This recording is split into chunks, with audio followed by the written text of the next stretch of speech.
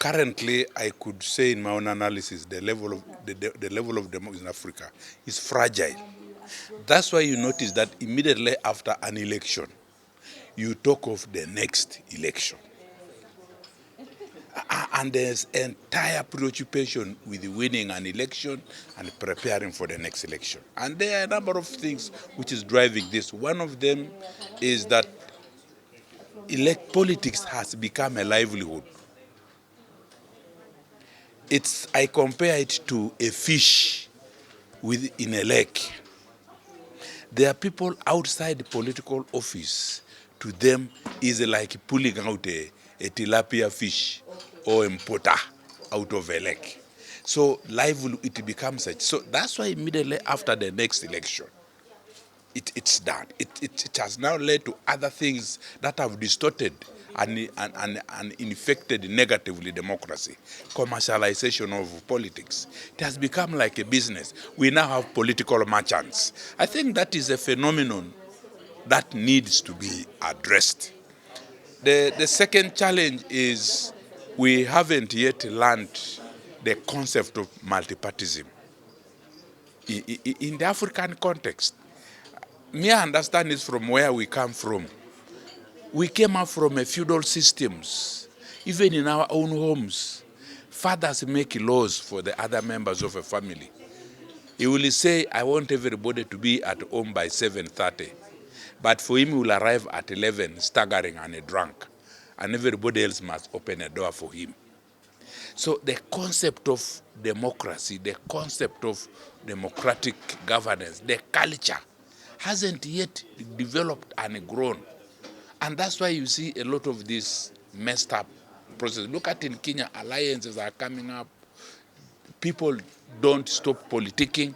Immediately after an election, we continue with the politicking. Even in Uganda, there's no time where we settle and say, political time of contestation has ended. We are now on business. We are now on governing and managing systems, democratic systems that have been laid. We are now in the process of steering development processes. It's not there. It's the challenge with alliances. Alliances will always be driven by shifting interests. I still believe that as long as the process remains fragile, probably Raila Odinga would be the president today. But I need to take you back to the history of political mistrust. In 1961-62, the British government by then imprisoned Uhuru Kenyatta, Jomo Kenyatta, because they did not want a person with the background of the Mai Mau to be in charge to receive the instruments of independence. But what happened? And for them, they were more comfortable in ensuring that Odinga receives the instruments. And by then, Odinga and Tomboya were in charge. But Odinga declined and said, we shall never receive instruments of power until you release. But who was the first victim when Jomo Kenyatta took over?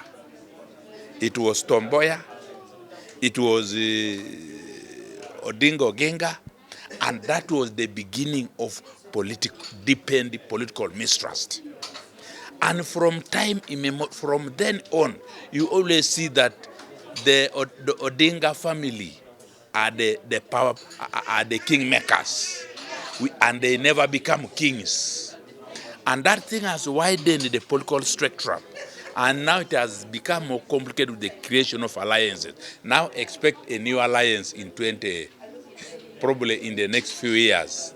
This time I am seeing a new alliance of Jubilee with the NAC.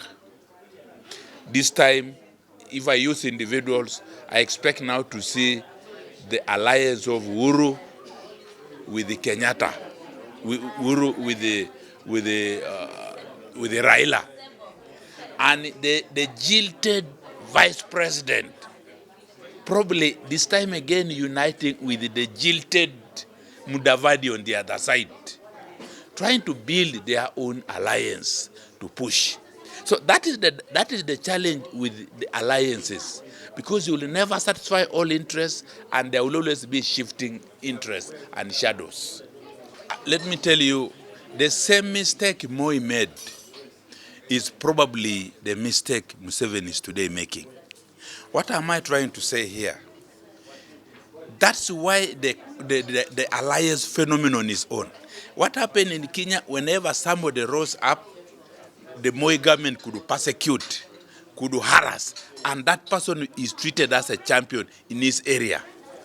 Until a number of champions emerged from all corners. Of Kenya. And it is these champions who emerged from each sub-region who are now driving the political agenda. So the similar things happening in Uganda. We have seen Besigye shoot up. He has maintained his stand.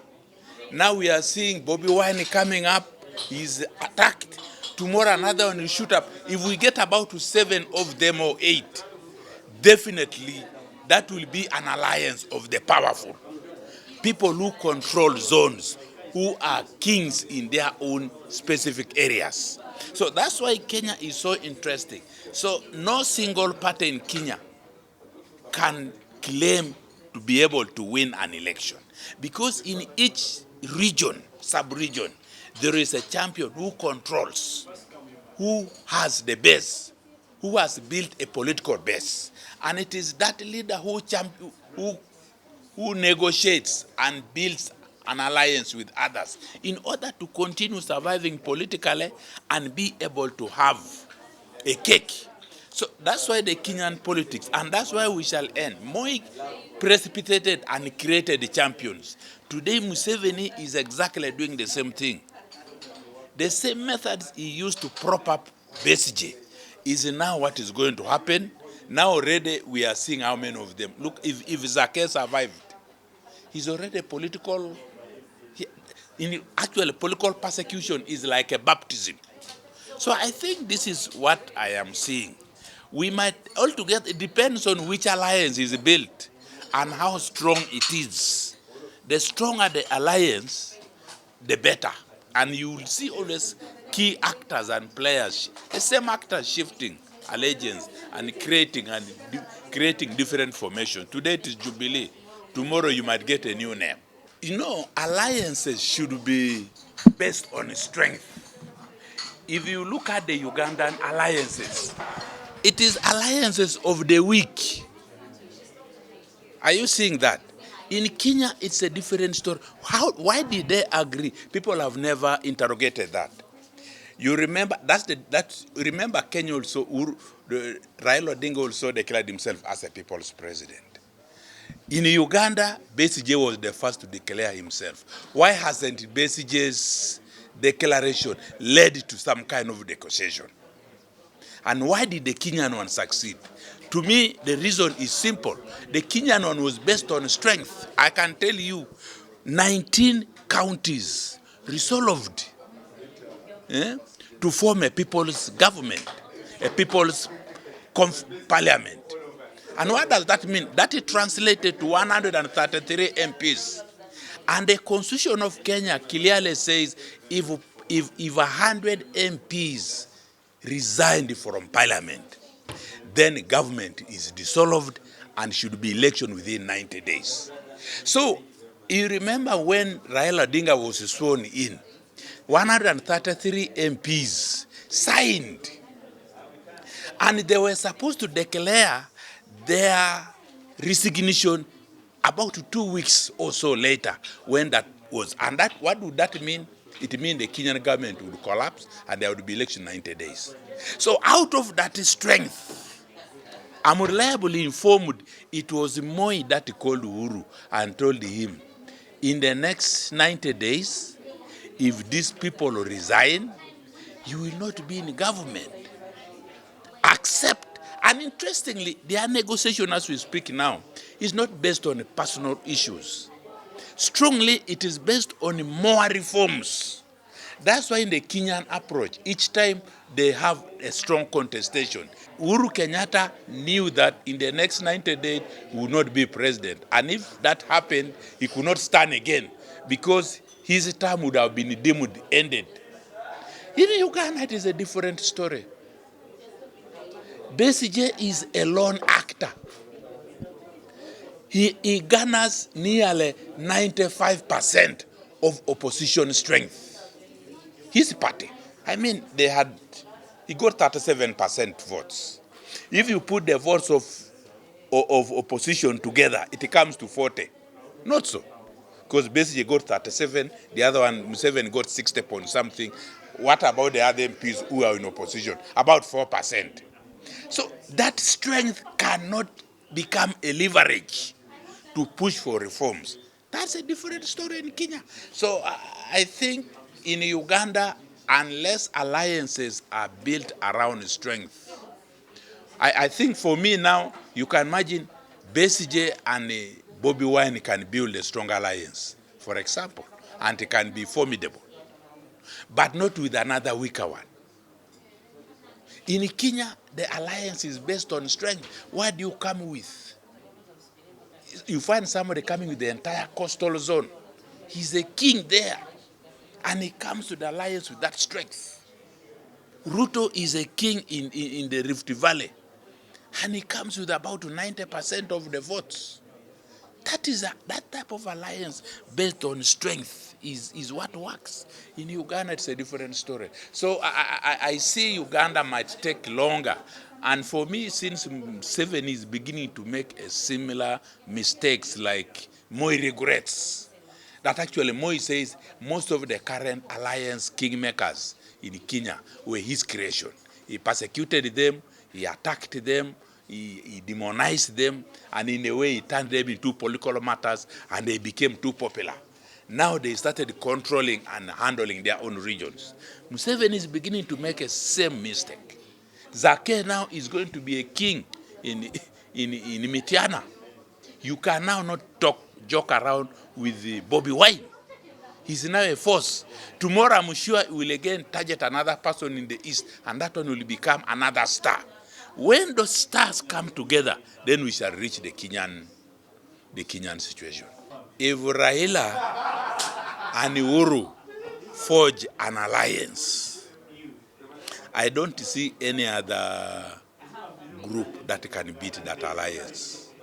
But Uhuru's term is ending. Yeah, of course, definitely. Of course, to me, that therefore means for the first time in 50 years, you might see Raila Odinga, who's from the family of Odinga, who first was supposed to receive the instruments of power in that country of independence. We might see him if he chooses to stand. You might see him coming in again. Because I am seeing that a new forged alliance between Jubilee evolving. And people think they just walk up. No. A number of Jubilee stalwarts, including Miguna, were the first to move to Raila. People think it happened yesterday. No. By the time Raila, Uhuru Kenyatta moved to discuss, to talk to Raila, a number of other strong stalwarts from Jubilee had already crossed. Like, you know what happened to Miguna and a number of others.